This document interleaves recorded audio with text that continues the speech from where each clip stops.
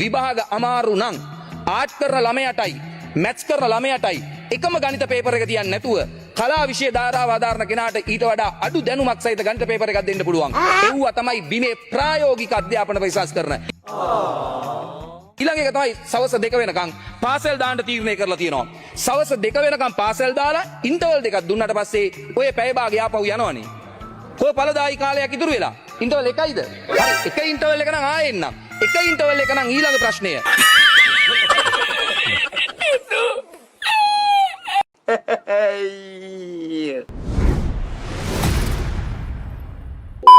කොට්ටුවේ මන්ත්‍රතුමන්ලා උදේ කතා කළා අධ්‍යාපනය ගැන. අධ්‍යාපනයට අපි ඕනනම් අහගන්න සංඛ්‍යා දත්ත ටිකක් ඉගෙන ගන්න. 1994 වෙන් කරලා තිනවා GDP එකෙන් 3.6. 2006 2.9.0යි. කොට්ටුව ඉන්නවනම් එයාලා නැත්තම් කියන්න. 2006 2.9.0යි. 2012 1.86යි. 2014 වෙනකොට 1.82යි. 2.9.0ක් අධ්‍යාපනයට වෙන් කළා මහින්ද මහත්තයා ආණ්ඩුව ගන්නකොට.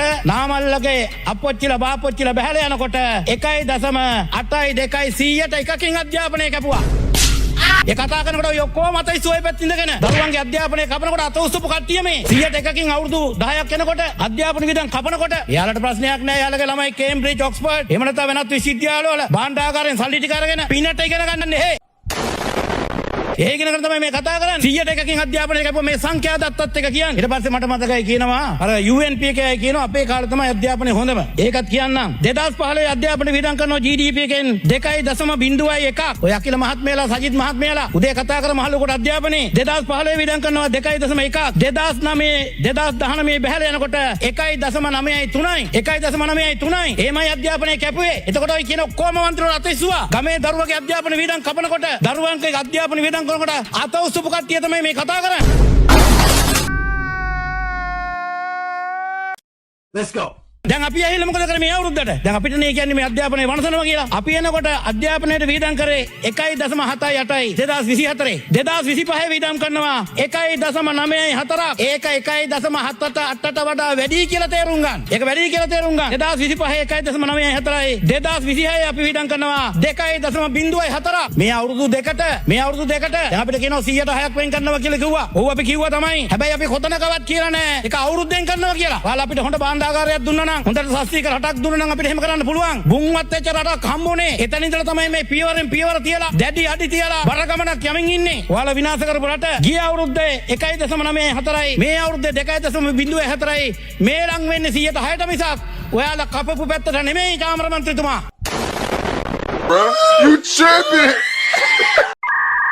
අගමැතිතුමා ඉන්දියාවේ ගියා. එතුමිය ඉගෙන ගත්ත විශ්වවිද්‍යාලෙ ගියා. මෝදි අගමැතිතුමා එතුමියට ගෞරව කරා. මෝදි කියන්නේ මේ ලෝකයේ දෙවෙනි රටේ නායකයෙක් ඇවිල්ලා එතුමියා හම්බුණා. ඒවට අපේ කිසිම ප්‍රශ්නයක් නැහැ. අපේ ඇඟේ මයිල් කෙලින් වෙනවා එහෙම වුණාම. අපේ රටේ කාන්තාවකට නිසි ගෞරවය දුන්නාම අපි සතුටු වෙනවා. මේ අධ්‍යාපනයේ වැඩි මුදලක් වෙන් කරපු වර්ෂේ අගමැතිතුමිය බන්දුල ගුණවර්ධන තමයි වාර්තාව තියාගෙන හිටියේ. ඊට පස්සේ මම මහ ඇමති 2016 17 18 19 වැඩිම මුදලක් වේදම් කරේ අකිල විරාජ් කාර්යවසංගයේ කාලේ කියන එක මම මේ වෙලාවෙදි කියනවා.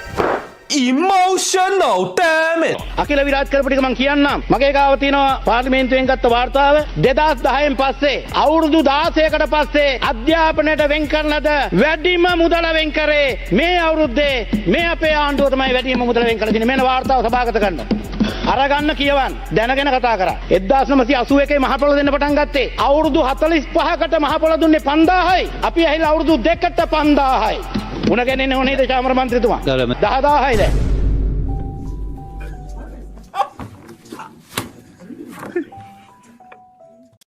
Let's go. මේ අධ්‍යාපනය හදද්දී විපක්ෂ මන්ත්‍රීතුමෙකුටත් අධ්‍යාපනයක් දෙන්න ඕන. අද උදේ මෙහෙල විපක්ෂ නායකතුමා පෙරපාසල් දරුවන්ට මොකක්වත් කළා නැහැ කිව්වා. ඉතින් මේ පෙරපාසල් වයසේ ඉන්න දරුවෙක් ගෙනල්ලා විපක්ෂ නායකකමේ වාඩි කිරීමම මදිද? උසනම් සිකුල්ට මිටිනම් කම්කරු දෙලා දෙන්නේ පෙරපාසල් වයසේ දරුවෙක් නෙමෙයිද? මං කියන්නේ ඒ දරුවන්ට සලකන්න පුළුවන් ඉහළම සැලකිල්ල තමයි විපක්ෂ නායකකමේ පුටුවක් දීලා තියෙනවා. ඊට වඩා සැලකිල්ලක් අපිට තේරෙන්නේ නැහැ.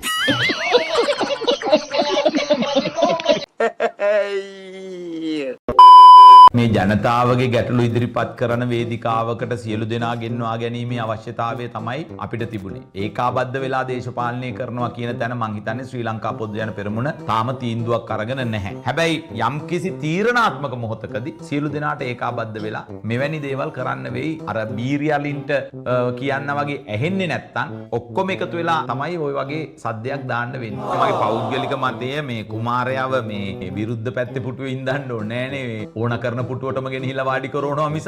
ඒ නිසා මේ අපි කැමති අපි සූදානම් නෑ එතනකට. නමුත් අපි විපක්ෂේ කටයුතු ටික කරනවා. ඉතින් මං හිතන්නේ සජිත් ප්‍රේමදාස මහත්තයා එතුමාගේ දේශපාලන කාර්යයන් කර්තව්‍යයන් කරගෙන යනවා මිසක් අපිට කිසිම උවමනාවක් නැහැ. අපිට තුන් දෙනා නෙමේ එක්කෙනත් ඇති ජනතාවගේ. දැන් විපක්ෂ නායක පුටුව එහෙම නැත්නම් විපක්ෂ නායකවරයා ආවේ නෑනේ අපේ රැළියට. ඉතින් ඒ නිසා ඒ පුටුවට කිව්වට වැඩක් නෑ, දැනෙන්නේ නෑ. දැනෙන තැනා මෙයායි කියලා නිසා තමයි මං හිතන්නේ අතිවිශාල ජනතාවක් නුගේගොඩට නාමල් රාජපක්ෂ මැතිතුමාගේ ආරාධනෙන් ආවේ. මොකටද විපක්ෂ නායක එතුමා කරයි විපක්ෂ කාර්යභාරය නාමල් රාජපක්ෂ මැතිතුමාට කරයි. විපක්ෂ එතුමාට මේ නායකකම් ඒවා අවශ්‍ය නෑ. මොකද මේ යන ගමනේ අවසානයේ මේ රටට තීරණ අරගෙන බොහොම කොන්ද කෙලින් තියාගෙන වැඩ කරන්න පුළුවන් නායකයෙක් තමයි. ඔය පුටු රෙජිස්ටර් වෙච්ච අය හිටියානේ. ඔය විපක්ෂ නායක පුටුව රනිල් වික්‍රමසිංහ මහත්තයා තමයි කප් ගැහුවේ. දැන් දෙවෙනියට කප් එක ගහගෙන එන්නේ සජිත් ප්‍රේමදාස මහත්තයා. 3 hours later. සජිත් ප්‍රේමදාස මැතිතුමා දුරදක්නා නුවණින් කටයුතු නොකරවා නම් අද අපිට තලන්නේ අන්න අපිත් ගිහිල්ලා ප්‍රතිපත්තියක් නැති ප්‍රතික්ෂේප මිනිසුත් එක්ක හිටගත්තා කියලා. පක්ෂයක් විදිහට මම විශේෂයෙන් මතක් කරන්න කැමති අපි මේ රටේ ප්‍රතිපත්තිමය දේශපාලනය නියෝජනය කරන ප්‍රධානම විපක්ෂ කණ්ඩායම.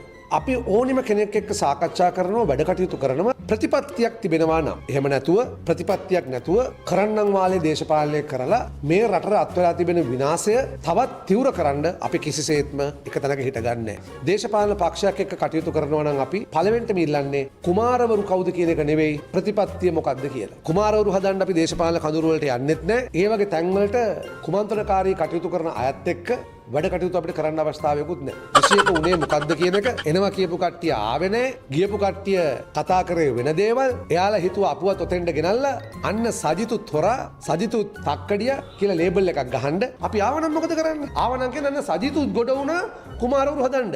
ඔතන දැන් උඹ ජනාධිපති මම ආගමැති කියලා එක්කුත් යනවා මිත්‍රයා. අපි මේ ගොන්නු නෙවෙයිනේ. අපි ගොන්නු නෙවෙයි. සමහරව එහෙමත් ගණන් හදනවා. සජිත් ප්‍රේමදාස මහත්තයාගේ පෞල් ජීවිතේ කොච්චර ජරා කතා කියලා තියෙනවද? එහෙම කරන්න දෙන්න බෑ. හෘදේ සාක්ෂියක් තියෙන මගේ නෝනට මම එහෙම කොහොම මම ඉවසන්නේ. රනිල් වික්‍රමසිංහ මහත්තයාට මේක දාලා පෙන්නන්න එතුමාට මිස්ටර් බීන් කියලා ගහලා එතුමාව නැති කරා. ඊට පස්සේ ඒ කණ්ඩායම වල සජිත් මහත්තයාට ගහලා මේව කරා. සමහර අවස්ථාවලදී අපිටත් ලනු දුන්නා. මම UMP එකේ හිටපු කාලේ මේ තරම් දුරට අපි සජිත් මහත්තයා ආශ්‍රය කළා නෑනේ. අපිට ලනු දුන්නා. මේ ලනු දීලා මොකද කරන්නේ? රටේ ඉන්න ප්‍රතාපවත් නායකයෝ නැති කරන එක. මේ පඹයෝ කියන ව්‍යාපාරයේ කෑල්ලක් නෙමෙයි.